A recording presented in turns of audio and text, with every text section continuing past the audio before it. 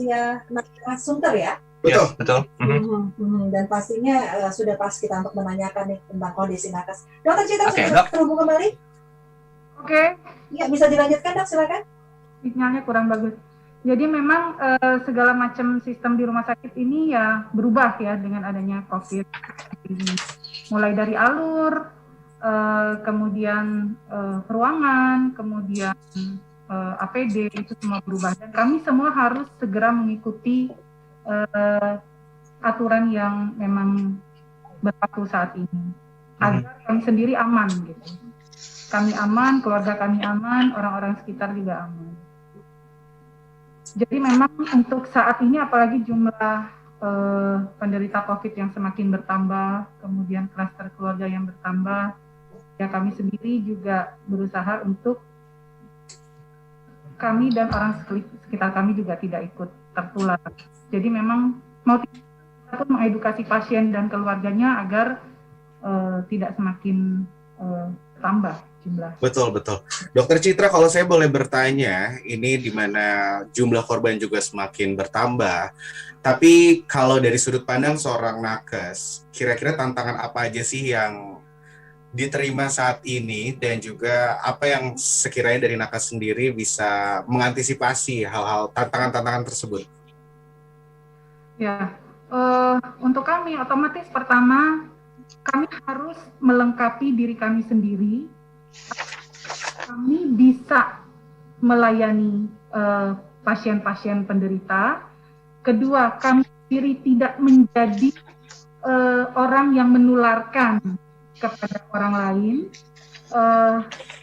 Dan kami harus ikut mengedukasi baik pasien maupun keluarga. Itu sih yang sangat penting ya buat kami nakes. Yang menjadi tantangannya ya dok. Ya.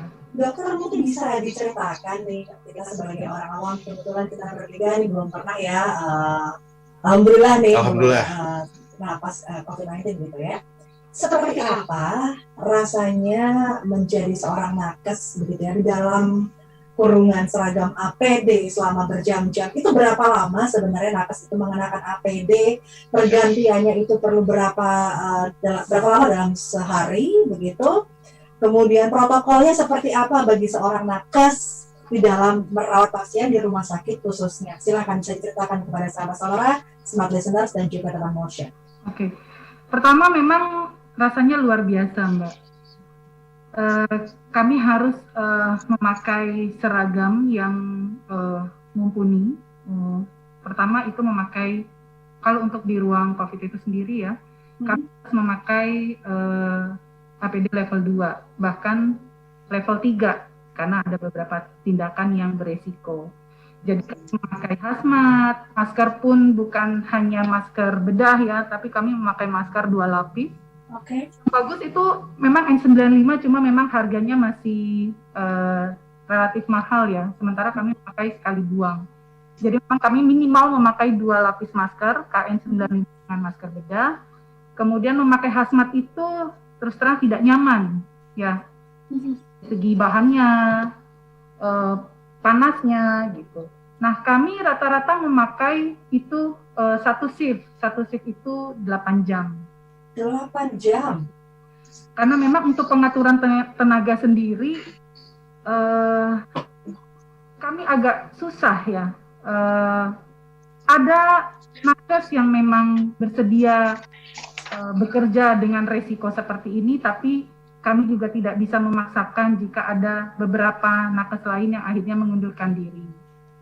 Jadi memang kami harus mengatur tenaga maksimal 8 jam. Itu untuk nakes seperti perawat, kemudian penunjang. Tapi untuk dokter sendiri itu bisa lebih dari 8 jam, bahkan bisa sampai 24 jam. Cuma untuk dalam satu hari 24 jam tidak terus-terusan dia memegang COVID. Pasti rolling dalam 24 jam itu.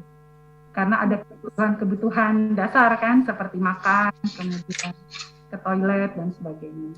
Oke, 8 jam ketika harus ke toilet dan makan dan sebagainya, harus melepas kemudian memakai kembali gitu. Betul, melepas, membersihkan diri dan memakai baju lagi yang baru. Oh, berarti cukup kompleks ya sebetulnya tanggung jawabnya Jadi yang memang, harus dilakukan oleh para nakes ya, ini ya. Ya, jadi memang kami sudah mengingatkan teman-teman semua untuk bekerja, makan, minum yang cukup, dan buang air besar, buang air kecil dulu gitu. Semua siap, baru kita memakai seragam dan mulai bekerja. Oke. Dokter Citra, walaupun kita tahu vaksin sudah ada, kemudian juga nakes semuanya bekerja dengan ekstra effort luar biasa, dilengkapi dengan APD dan segala macamnya. Apa yang mungkin perlu disampaikan sama Dokter Citra secara pribadi untuk bisa tetap menjaga protokol kesehatan yang memang ini masih banyak masyarakat yang menganggap itu hal yang remeh-temeh gitu loh. Apa yang mau Anda sampaikan, Dok? Betul. Jadi memang syukur alhamdulillah vaksin mulai ada. Jadi saya menghimbau, ini kan sekarang masih untuk nakes dan TNI ya. Jadi untuk semua teman-teman nakes harap bersedia untuk divaksin, itu untuk kita sendiri kok gitu, dan untuk lingkungan kita, itu pertama. Tapi setelah kita divaksin pun mohon tetap memakai APD di mana kita berada, baik di lingkungan kerja maupun di lingkungan lain. Umpama kita harus pergi ke satu tempat, tetaplah kita menggunakan APD. Karena vaksin ini sendiri kan tidak melindungi 100%. Nah, tapi setidaknya jikapun kita terpapar, itu akan mengurangi gejala yang berat gitu loh. Mungkin kita akan terpapar tapi dengan gejala yang lebih ringan. Dan kalau bisa kan kita jadinya memutus mata rantai COVID ini sendiri setelah divaksin. Ya. Tapi juga untuk seluruh masyarakat tetap harus mematuhi protokol.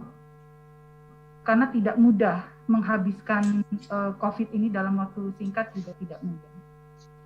Di lingkungan kita, di luar pekerjaan aja, masih umpama kita ke fasilitas umum, itu masih kita lihat kok orang yang kadang memakai masker pun tidak benar.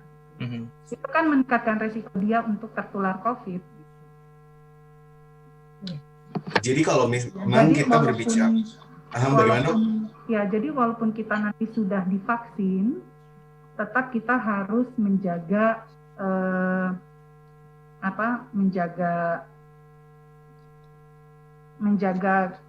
menjaga diri kita dan sekitar kita dari resiko penularan. Karena vaksin itu sendiri tidak memberikan proteksi 100%. Betul. Kalau kita berbicara soal vaksin sendiri, dari pendistribusian yang pertama dan nantinya masyarakat Indonesia juga akan mendapatkan vaksin. Ketika kita sudah mendapat distribusi vaksin tersebut, kan ada fase di mana harus mengisolasi diri sendiri juga ya, di mana dari vaksin tersebut juga sedang bekerja sama dalam tubuh kita sendiri untuk menguatkan antibodi terhadap si COVID ini sendiri gitu. Kira-kira seandainya nanti teman motion juga yang lain yang mendapatkan vaksin COVID-19 ini, ada lagi nggak sih yang harus dilakukan selain mengisolasi diri? Ya tetap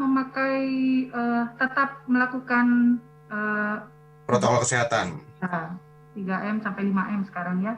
Jadi, iya betul. Bermasker, kita harus menjaga jarak gitu. Jadi hal-hal seperti itu tetap harus kita lakukan. Baik, Dokter Citra, kita pengen sebelum disemangati nih, terakhir kita pengen minta Dokter Citra menyemangati teman-teman nakes. Pengen tahu juga pengorbanan dari nakes nih, kita sering dengar banget nakes itu sering nggak pulang loh, nggak ketemu keluarga, melewatkan ulang tahun, melewatkan juga ada mungkin tahun baru, hari raya. Betul seperti itu, Dok? Ya, memang sebenarnya sih itu bukan hanya nakes ya, tapi seluruh masyarakat juga pasti sudah berubah ya. Kita tidak lagi menghadiri acara-acara yang yang dulu mungkin sangat mudah sekali kita lakukan. Tapi sebenarnya banyak hal kok yang membuat bahagia, Mbak. Jadi melihat pasien-pasien itu menjadi baikan, pasien-pasien menjadi sembuh, itu sudah merupakan obat, salah satu obat buat kami. Kalau masalah keluarga, alhamdulillah kami di rumah sakit bukan yang harus bekerja 2 minggu benar-benar di rumah sakit gitu. Jadi tetap bisa pulang, tapi kami harus menjaga diri orang-orang di rumah tidak terpapar oleh kami. Jadi memang kalau pulang ya kita mandi dulu, ganti baju sehingga kita bisa berkumpul bersama keluarga. Banyak hal kok yang bisa membuat kami bahagia. Berkumpul bersama keluarga di rumah juga udah merupakan satu anugerah, ya kan? Kita sehat sudah merupakan satu anugerah. Jadi teman-teman nih tetap semangat kok Mbak, tetap semangat, dan apalagi kami sekarang sudah terbiasa, jadi ya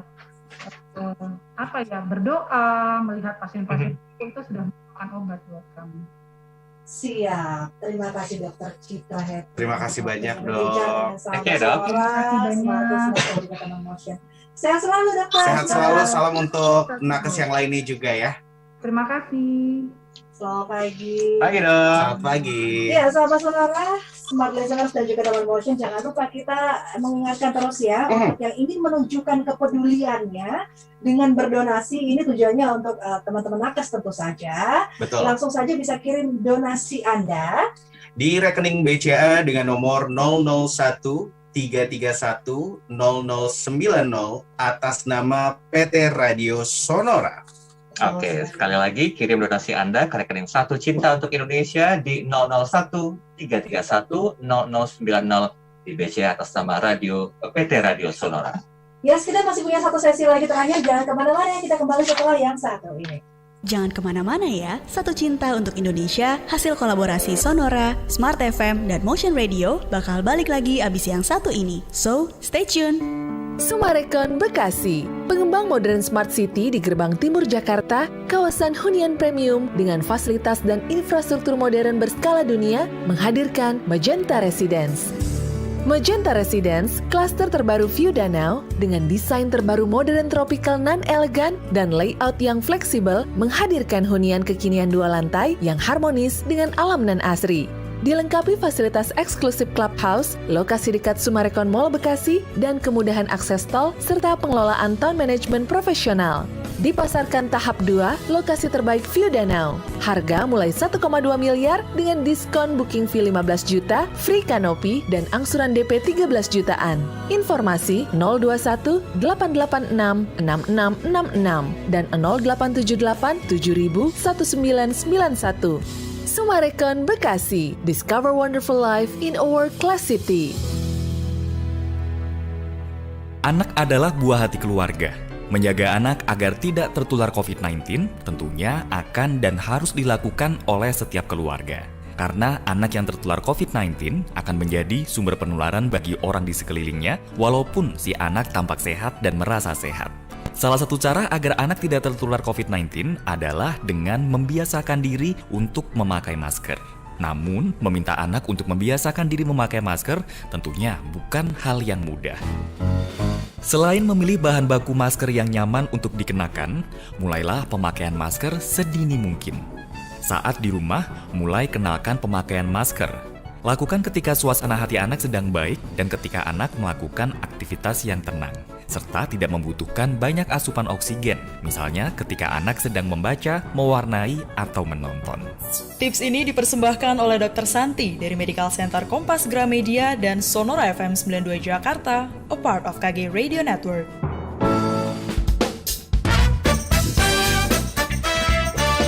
Pusat Informasi Sonora siap melayani Anda. Bagi Anda yang membutuhkan informasi lalu lintas, banjir, kebakaran, pemadaman listrik, serta informasi pelayanan publik lainnya, Anda bisa menghubungi Pusat Informasi atau Pusinfo Sonora di nomor telepon 021 6386 9200 atau WhatsApp ke 0812 122 9200. Anda juga bisa menyampaikan informasi seputar lalu lintas maupun peristiwa penting yang Anda saksikan agar bisa kami bagikan kepada sahabat Sonora. Ke Pusinfo Sonora di nomor telepon 021 6386 9200 atau WhatsApp 0812 122 9200.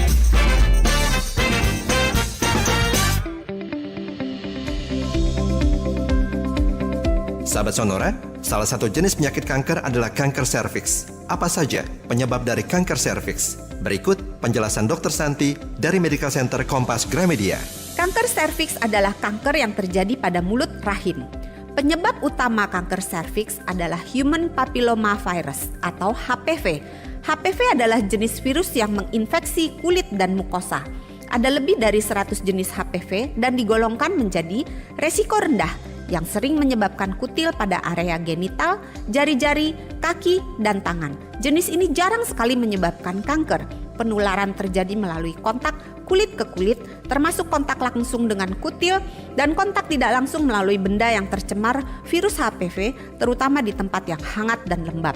Dan jenis resiko tinggi yang menjadi penyebab utama dari kanker serviks. Selain kanker serviks, HPV juga dapat menyebabkan kanker pada vulva, vagina, penis, anus, dan orofaring.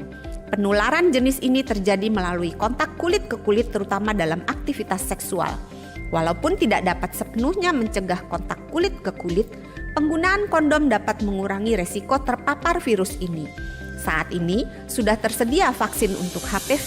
Tips ini dipersembahkan oleh Dr. Santi dari Medical Center Kompas Gramedia dan Sonora 92 FM Jakarta.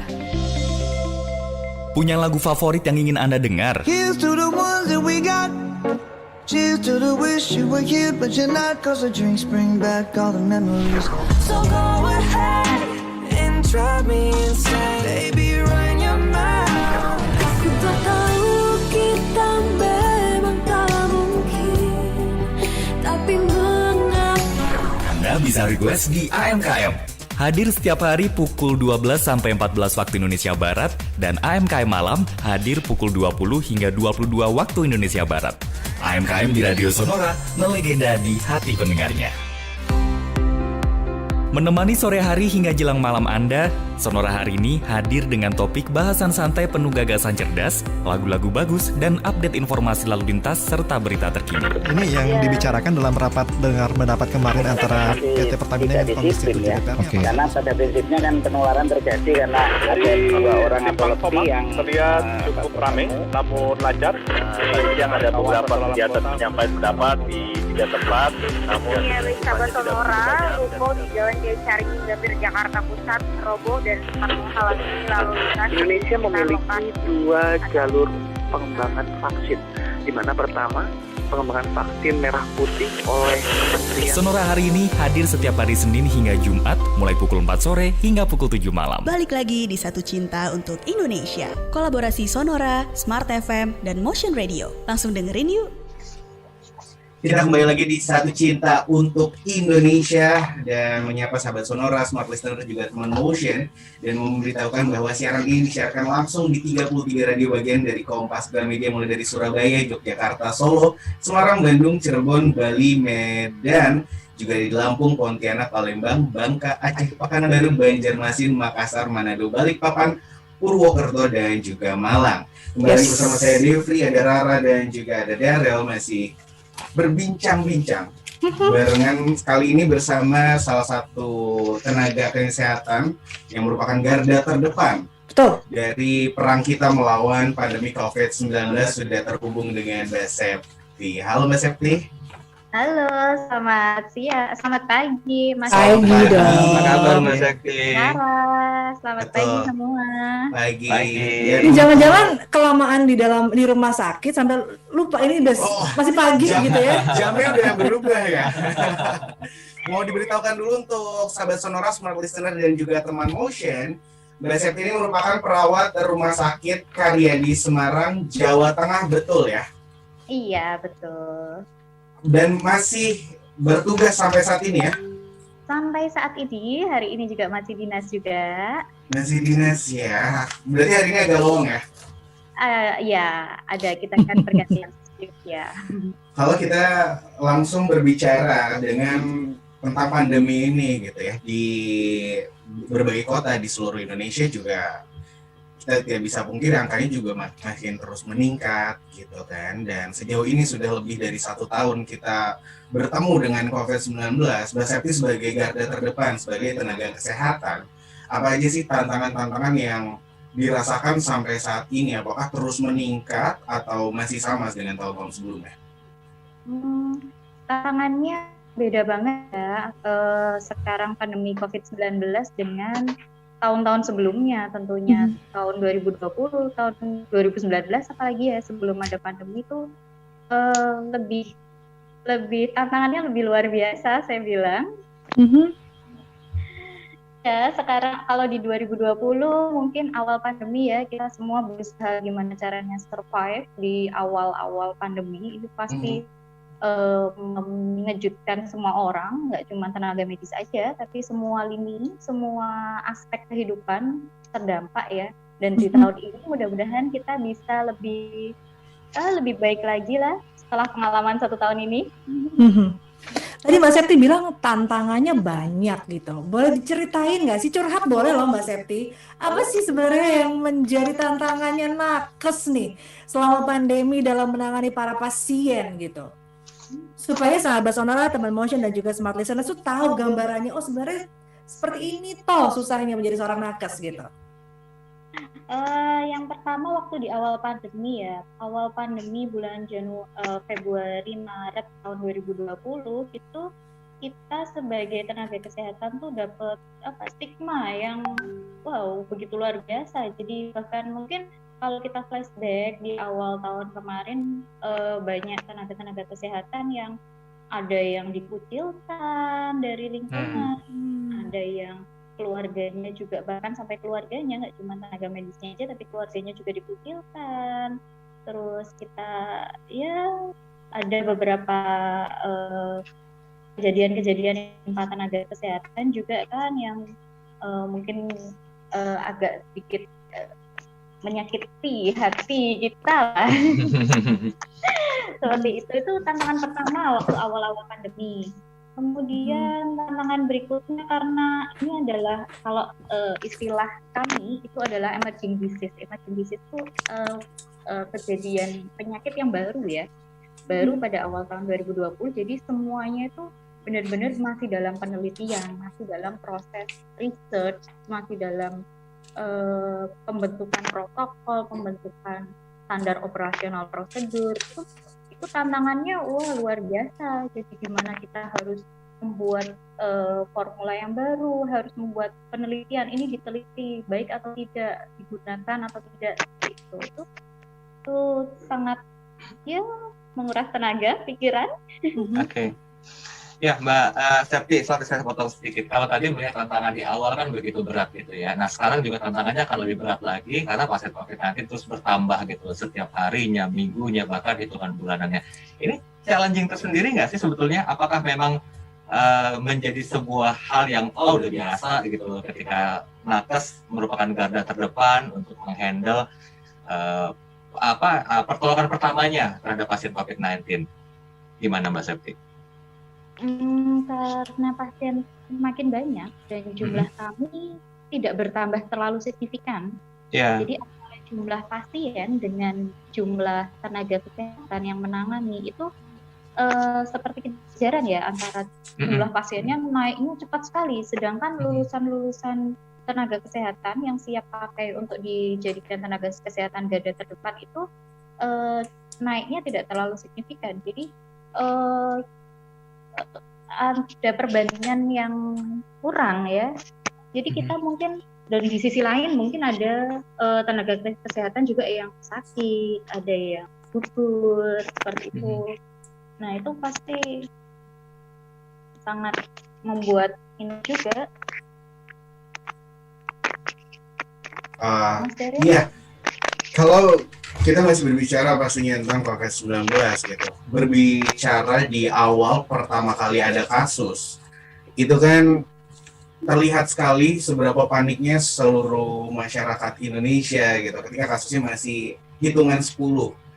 Sekarang ketika kasus sudah masuk jutaan, sepertinya masyarakat nih jadi ada yang lebih santai, malah tidak setegang waktu di awal. Apabila diberikan kesempatan Mbak Septi kepada masyarakat yang bandel sama protokol kesehatan, kira-kira mau bilang apa sih Mbak Septi? Khusus yang bandel nih. Jangan bandel-bandel ya. Jadi hampir sekarang semua orang sudah tahu ya protokol kesehatan kan ya, pakai masker, cuci tangan, menghindari kerumunan. Cuman sekarang ya lebih karena mungkin sudah dianggap biasa gitu, udahlah, agak bandel-bandel dikit boleh lah, ngerumun-ngerumun dikit, kongko-kongko dikit boleh, tapi sebenarnya itu tindakan yang tidak bijaksana menurut kami. Jadi tolong teman-teman tuh pikirkan, lihatlah coba berapa banyak angkanya aja, berapa banyak pertambahan jumlah pasien COVID-19 ini hari ke hari itu semakin naik. Jadi semakin banyak jumlah pasien yang kami tangani terutama. Dan kami sih tidak meminta untuk bagaimana berpikir di posisi kami, tapi coba misalkan tetangga atau saudara ada yang terkena, tiba-tiba terkonfirmasi positif nih COVID, dan ternyata kemarin habis main-main nih sama kita, kan pasti kitanya juga cemas, was-was, panik gitu.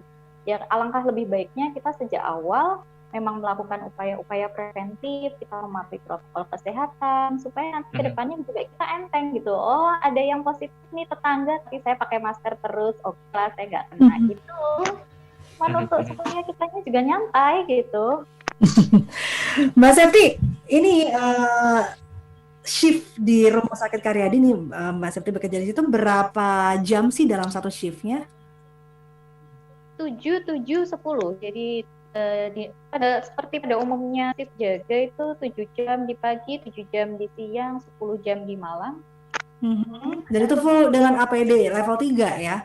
No, kita sudah mulai bisa menerapkan standar yang baik. Jadi kalau saya sih merasa tidak mampu ya 7 jam saya memakai APD level 3 dengan menangani pasien selama 7 jam non-stop, itu saya tidak akan sanggup. Jadi sanggupnya kenapa Mbak Septi? Apa mungkin bisa diceritakan? Pengap ya. Pengap banget ya. Banget Mbak Rara. Jadi kita pakai masker N95 yang pori-porinya cuma sekian mikron gitu, terus di double pakai masker bedah, belum kita pakai hazmat yang kadang bahannya itu bikin benar-benar seperti di sauna. Di dalam kita keluar melayani pasien gitu, kita keluar tuh baju basah sampai dalam-dalam loh. Wow. Oke, memang segitu pengap dan gerahnya ya. Mbak Septi mungkin bisa di-share juga ke sahabat Sonora Teman Motion dan juga Smart Listeners, sebenarnya apa sih yang dibutuhkan oleh nakes? Kami cuma butuh dukungan dari teman-teman sekalian, dukungan dan juga mungkin kalau tindakannya ya kita jaga teman-teman sekalian jaga diri masing-masing, menerapkan protokol kesehatan. Selama angka pasien COVID-19 itu tidak naik terlalu drastis, saya rasa kami pun bisa bekerja dengan optimal. Prokes berarti ya. Prokes untuk nakes. Terakhir nih Mbak Septi, saya mau nanya, perlu nggak sih dari teman-teman nakes se-Indonesia ini membuat satu punishment and reward gitu lah kepada masyarakat Indonesia yang mungkin taat dengan menggunakan masker dengan yang tidak taat. Selain pemerintah kan juga sudah membuka satu keputusan gitu ya, denda, tapi itu nggak maksimal gitu loh, mengurangi laju COVID-19 yang semakin hari semakin meningkat. Apa mungkin usulan kalau dikasih kesempatan teman-teman nakes ini membuat satu usulan? Kalau saya sih tidak ingin memberikan reward atau punishment, itu urusan Tuhan menurut saya ya. Jadi kalau kamu melakukan protokol kesehatan dengan baik, ya kamu rewardnya karena kamu akan sehat terus, keluarga kamu tidak akan terkena COVID-19.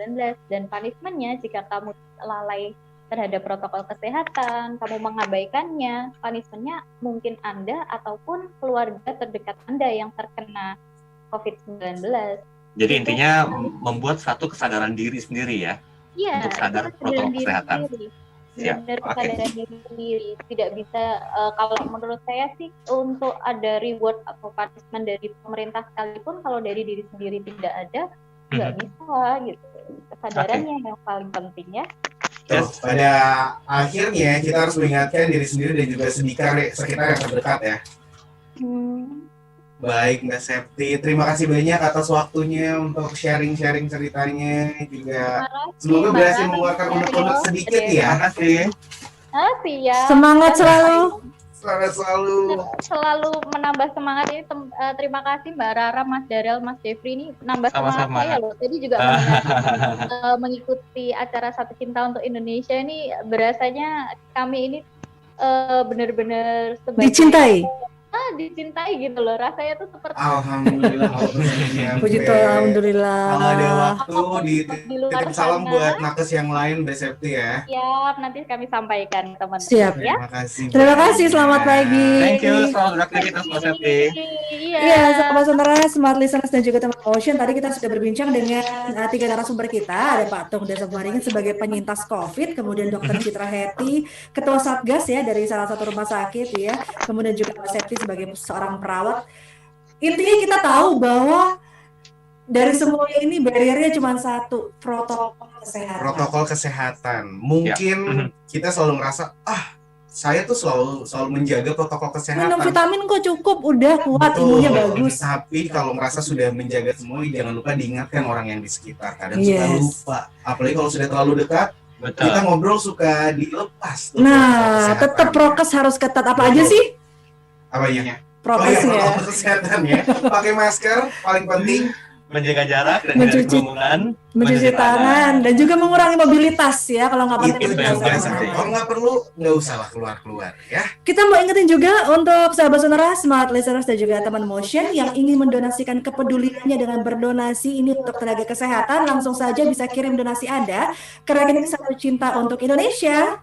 di nomor rekening 001 331 0090 di BCA atas nama PT Radio Sonora. Sekali lagi diberitahukan di nomor 001 331 0090 di rekening BCA atas nama PT Radio Sonora. Yes, terima kasih banyak sahabat Sonora, smart listeners dan teman motion untuk kebersamaannya selama 1 jam di acara Satu Cinta untuk Indonesia. Yes. Semoga sekali lagi tetap selalu menerapkan protokol kesehatan. Saya Rara Kanasaran pamit. Saya Devri Azari pamit.